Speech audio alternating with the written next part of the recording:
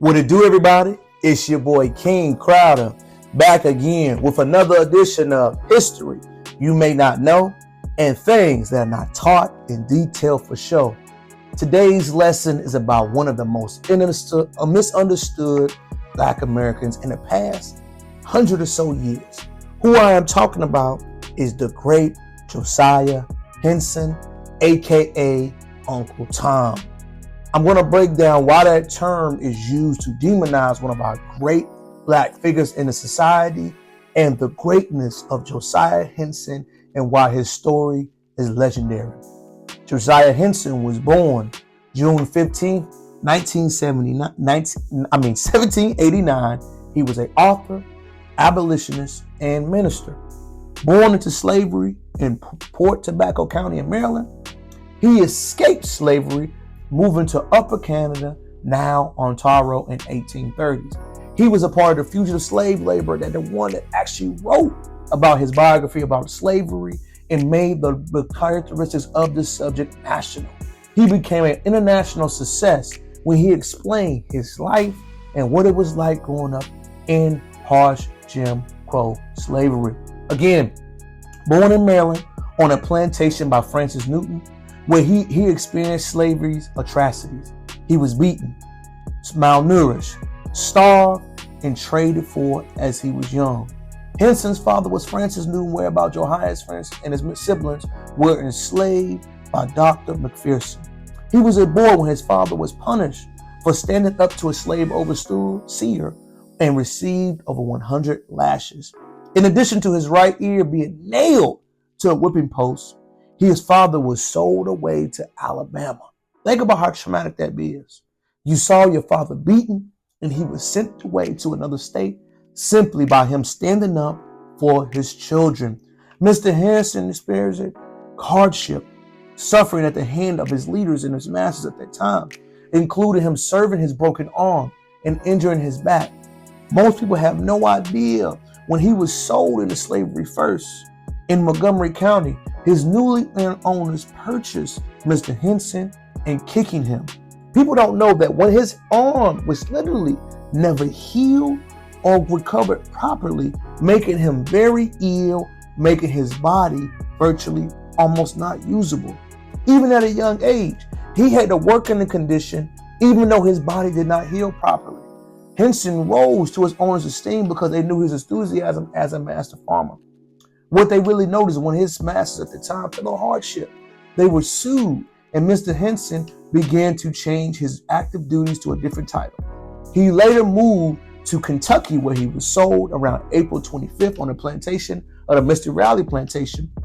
Henson attempted to buy his freedom from Mr. Raleigh as he tried to buy his freedom from his original master for $350 that he saved. However, they lied to him and still sold himself into slavery. So let's recap. Mr. Henson was born to slavery, was injured, never recovered, forced to still work manual labor, never got to own or go where he wanted to, gave his original person that owned him money to buy his children and his freedom. They lied to him and still sold him. Mr. Henson knew he could never trust a white person after that. After he gave his word and he went against it, what Mr. Henson later did was that he found a way to leave. So what he did at the night, he grabbed his wife and his children and created a knapsack large enough to carry his small children. Remember, his hands were still messed up. He could not have the ability to move his whole body, but he managed to carry his children and his wife as they left Kentucky. Throughout the night, they slept in the wood and lived on the land. They had to walk through Indiana, through Cincinnati, through Ohio, through the harsh roads using the Underground Railroad path in this country. Mr. Henson made something that was so traumatic that his children were so thirsty that he had to get water in the middle of the night to use his boot. The children drank the water out this boot and were so appreciative to what his father did, even with his limitation.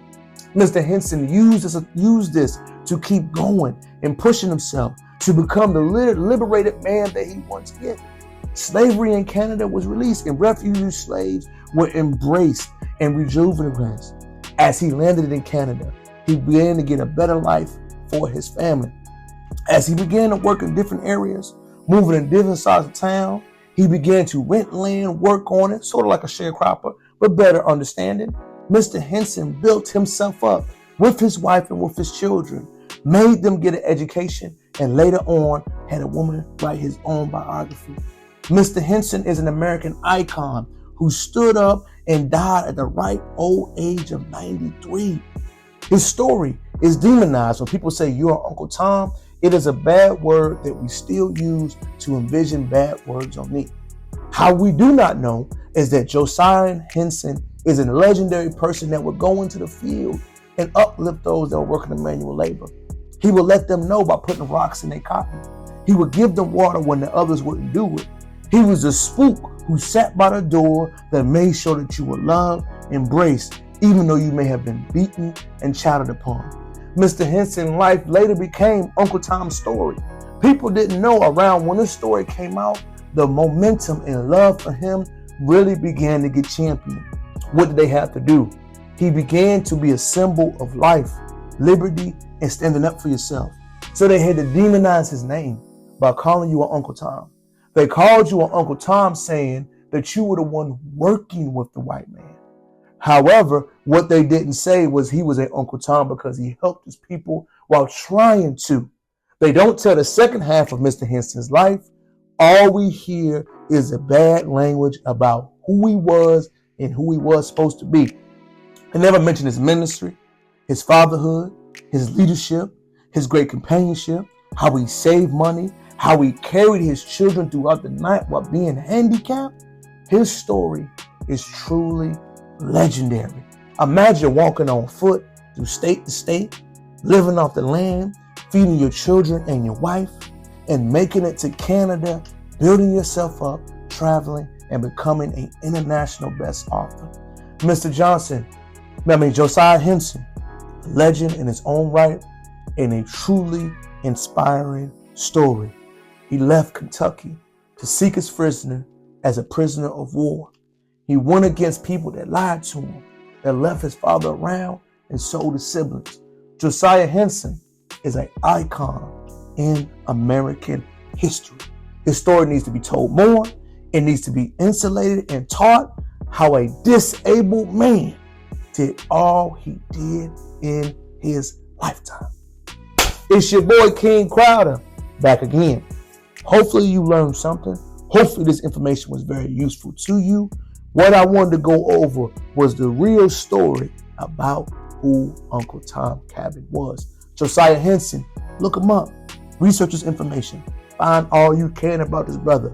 Hopefully you learned something that was useful to you and your families. It's your boy, King Crowder, checking out. Until next time, peace.